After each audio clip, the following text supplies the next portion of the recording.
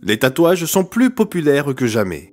Vos amis, des membres de votre famille, vos collègues de travail et des personnes de tout âge se font tatouer, n'est-ce pas? Vous envisagez peut-être même de vous en faire un pour vous-même. Mais il y a une question importante à laquelle nous devrions répondre avant de nous faire tatouer, à savoir ce que dit Dieu à ce sujet. Dans cette vidéo, nous allons répondre à cette question et passer en revue 5 points bibliques à prendre en compte concernant les tatouages.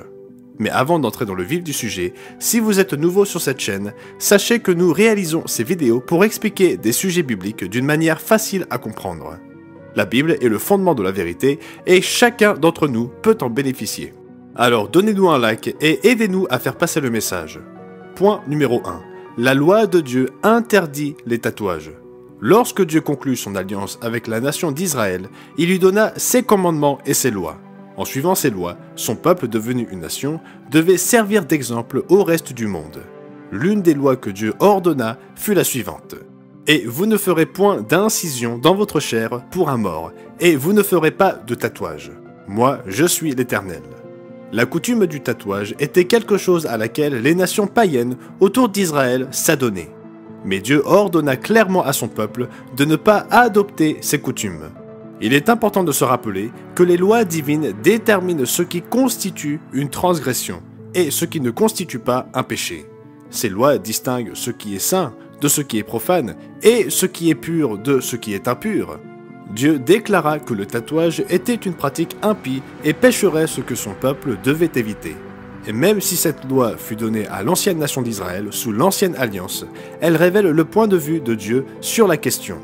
Et Dieu indique clairement qu'il ne change pas en fonction des fluctuations culturelles au fil des époques. De même, Dieu condamne clairement la pratique consistant à l'adorer au moyen d'images ou d'idoles. Point numéro 2. Le corps humain fut créé parfait à l'origine et reflète l'image divine. C'est Dieu qui conçut le corps humain et non l'homme. Et lorsque Dieu créa le corps humain, il l'a spécifiquement conçu pour qu'il ressemble au sien. Dans Genèse 1, versets 26 et 27, Dieu dit « Faisons l'homme à notre image, selon notre ressemblance ». Dieu créa donc l'homme à son image, il le créa à l'image de Dieu, il créa l'homme et la femme. Et lorsque Dieu eut terminé son œuvre, il vit tout ce qu'il avait fait, et voici, cela était très bon. Le corps humain était très bon, il était parfait dans sa forme originelle. Le corps humain est un chef-d'œuvre façonné par la main de Dieu. Le roi David s'exclama « C'est toi qui as formé mes reins, qui m'as tissé dans le sein de ma mère. Je te loue de ce que je suis une créature si merveilleuse. » Par conséquent, le corps humain doit être traité avec soin et respect. Il est fait à l'image de notre Créateur qui est pur, saint et parfait. Le corps ne doit pas être intentionnellement défiguré, marqué, endommagé ou modifié de façon permanente ou d'une manière que Dieu n'approuve pas. Nous devons veiller à ne pas altérer ou déformer notre corps d'une manière qui irait à l'encontre du dessein et du plan divin pour l'homme et l'humanité. Point numéro 3. Le corps d'un chrétien représente le temple spirituel de Dieu. À l'époque de l'Ancien Testament, Dieu demeura parmi son peuple de diverses manières. D'abord dans la colonne de nuée et de feu. Ensuite, il le fit dans le lieu très saint, à l'intérieur du tabernacle ou du temple. Cependant, après la mort et la résurrection de Jésus-Christ, Dieu demeure en l'homme par l'intermédiaire de son Saint-Esprit qu'il donne à ceux qu'il appelle et qui se repentent et se font baptiser. Par conséquent, le corps du vrai chrétien sert de temple dans lequel Dieu, par son esprit, habite ici-bas aujourd'hui. L'apôtre Paul explique « Ne savez-vous pas que vous êtes le temple de Dieu et que l'Esprit de Dieu habite en vous ?» Et il mit en garde les frères et sœurs en disant « Si quelqu'un détruit le temple de Dieu, Dieu le détruira, car le temple de Dieu est saint, et c'est ce que vous êtes. » Cela signifie que les disciples du Christ doivent prendre soin de leur corps comme le temple de Dieu. Graver une image ou couvrir le corps de tatouage serait comme si quelqu'un gravait ou taguait les murs du temple saint de Dieu dans le but de l'orner avec ses propres conceptions artistiques. Point numéro 4. Le corps d'un disciple appartient à Dieu. Dieu le Père offrit la vie de son Fils pour payer l'amende de nos péchés et nous racheter de la peine de mort. En se repentant et acceptant le sacrifice de Jésus-Christ pour la rémission de ses péchés et en recevant le Saint-Esprit, un vrai disciple remet sa vie à Dieu. Nous avons été rachetés de la mort éternelle et notre vie appartient à Dieu pour faire sa volonté. Par conséquent, notre corps appartient à Dieu aussi, et nous devons en prendre soin selon ses instructions. L'apôtre Paul explique dans 1 Corinthiens 6, versets 19 et 20, « Ne savez-vous pas que votre corps est le temple du Saint-Esprit qui est en vous, que vous avez reçu de Dieu, et que vous ne vous appartenez point à vous-même?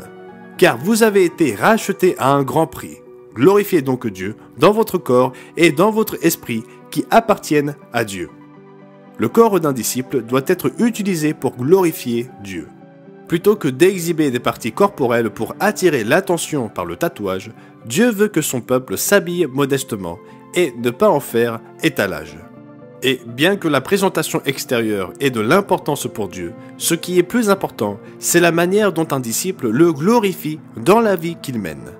La Bible montre que nous pouvons glorifier Dieu de nombreuses manières, par exemple en offrant des actions de grâce, en chantant de louanges, en priant, en portant du fruit spirituel, en faisant de bonnes œuvres, en lui restant fidèle dans les épreuves et les persécutions, en l'adorant et en lui obéissant.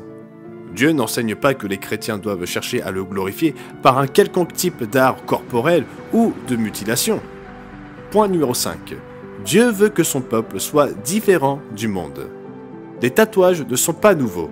Ils sont utilisés depuis des millénaires dans diverses cultures et pour de nombreuses raisons. Mais aujourd'hui, leur popularité augmente et ils sont à la mode dans de nombreux pays du monde entier. Pourtant, Dieu guide son peuple à ne pas suivre les dernières tendances de la société, mais à représenter un mode de vie différent, son mode de vie et le royaume de Dieu à venir ici-bas. Jésus pria pour ses disciples en disant « Ils ne sont pas du monde, comme moi je ne suis pas du monde ». Au lieu de faire partie de ce monde et de ses tendances impies, les chrétiens sont des ambassadeurs pour Christ. Ils appliquent la règle suivante « Sortez du milieu d'eux et séparez-vous, dit le Seigneur. Ne touchez pas à ce qui est impur et je vous accueillerai. » Les chrétiens ne doivent pas aimer les voies passagères du monde, car les voies de ce monde ne viennent pas du Père, mais sont temporaires. Dernièrement, il devient populaire parmi certains chrétiens de se tatouer comme une manière de s'identifier. Pourtant, les vrais chrétiens s'identifient par l'Esprit éternel de Dieu qui demeure en eux, permettant à Jésus-Christ de se manifester dans leur conduite quotidienne, obéissante et fidèle. Les tatouages ne sont pas des marques du christianisme, mais c'est la foi de Jésus-Christ se manifestant dans la vie d'un disciple qui l'identifie comme un vrai chrétien. Maintenant, avant de terminer, beaucoup d'entre vous qui regardez cette vidéo ont peut-être des tatouages. Eh bien, il n'y a pas de retour en arrière possible, et il n'est pas nécessaire de se les faire enlever. Dieu est miséricordieux et compatissant quand nous lui demandons pardon sincèrement en nous repentant et si nous prenons les bonnes décisions en tenant compte à l'avenir de ses commandements. Pour apprendre quels sont les critères qui définissent un vrai chrétien, commandez notre brochure « Qu'est-ce qu'un vrai chrétien ?». Le lien se trouve dans la description. Si vous avez trouvé cette vidéo utile, abonnez-vous à notre chaîne. Vous trouverez d'autres vidéos traitant de sujets bibliques. Nous publions de nouvelles vidéos chaque semaine. N'hésitez pas non plus à nous dire ce que vous avez pensé dans les commentaires ci-dessous et aidez-nous à diffuser le message en partageant avec ceux qui veulent entendre les enseignements de la Bible. Et saviez-vous que certains pensent que la Terre n'a que 6000 ans? Regardez notre vidéo « La Terre n'a-t-elle que 6000 ans ?» pour voir ce que la Bible dit vraiment sur l'âge de la Terre.